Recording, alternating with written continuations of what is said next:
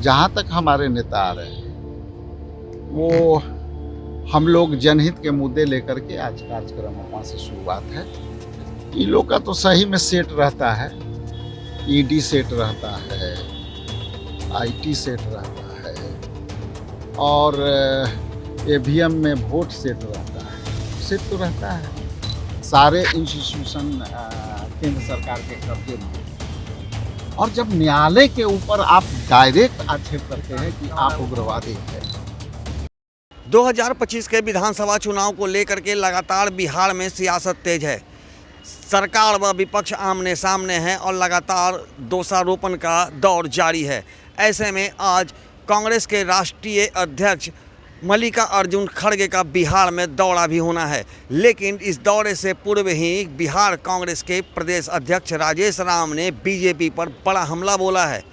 उन्होंने कहा है कि बीजेपी आज तमाम लोगों का गलत तरीके से इस्तेमाल कर रही है और वो पूरी तरह से चुनाव को लेकर सारी सेटिंग को पूरा कर चुके हैं। इस पूरे मामले को लेकर के बीजेपी पर निशाना साधते हुए क्या कुछ कह रहे हैं कांग्रेस के प्रदेश अध्यक्ष राजेश राम, आइए सुनाते हैं। राहुल आए कुछ फर्क पड़ने वाला नहीं है, सब कुछ सेट है यहाँ राज्य की जनता में।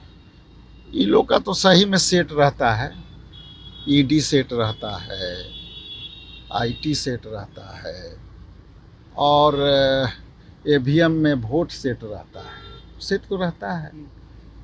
जहाँ तक हमारे नेता आ रहे हैं वो हम लोग जनहित के मुद्दे लेकर के आज कार्यक्रम वहाँ से शुरुआत है और ये जनता निर्धारित करती है कि हम किस तरफ जाएं। इतना जरूर है कि अभी के समय में जनता बदलाव के मूड में है और जनता बदलाव के मूड में है तो वो अपना विकल्प ढूंढ रही है और विकल्प के रूप में इंडिया गठबंधन उनके सामने दिख रहा है। तो आने वाला समय में वो क्या बोल रहे हैं फर्क नहीं पड़ता।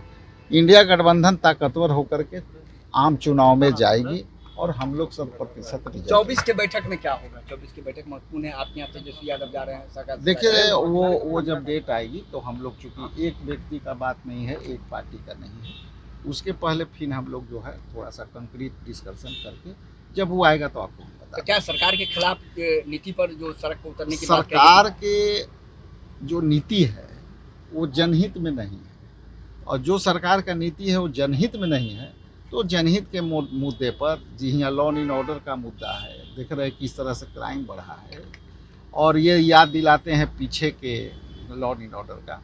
तो वर्तमान में आप हैं, आपसे सवाल होनी चाहिए और आपको जवाब देनी चाहिए वर्तमान सरकार। निशिकांत दुबे ने कहा है कि भारत में गृह युद्ध के लिए सीजीआई जिम्मेदार है। इस विषय पर हम लोग अलग से आपसे संवाद करेंगे, लेकिन आज के समय के लिए राहुल गांधी ठीक ना बोलते हैं कि अब संविधान नहीं बचा है, सारे इंस्टीट्यूशन केंद्र सरकार के कब्जे में है। और जब न्यायालय के ऊपर आप डायरेक्ट आक्षेप करते हैं कि आप उग्रवादी हैं तो आप ये फैलाना चाहते हैं, दंगा फैलाना चाहते हैं। तो अब ये डायरेक्ट जो है सुप्रीम कोर्ट को धमकाने के लिए ये बात बोली गई। हालांकि सुप्रीम कोर्ट न्याय प्रणाली भारत का बहुत मजबूत है और उसमें आने वाला समय में सुप्रीम कोर्ट को इस बात पर संज्ञान लेना। खड़गे जी के कार्यक्रम में खड़गे जी बोल रहा है कि अभिनेता नहीं नेता सीएम बनेंगे आप। कहीं ना कहीं इसका जा रहा है, अभिनेता नहीं नेता सीएम बनेंगे। नेता किधर हैं और अभिनेता किधर हैं, आप अनुमान लगा लीजिए। अभिनेता तो उधरे हैं, सारे अभिनेता तो उधरे ना है। अच्छा, खड़गे जी आ रहे हैं। तो जैसा कि आपने सुना, राजेश राम ने कहा है कि अब बीजेपी है जो न्यायपालिका को भी खरीदना चाह रही है।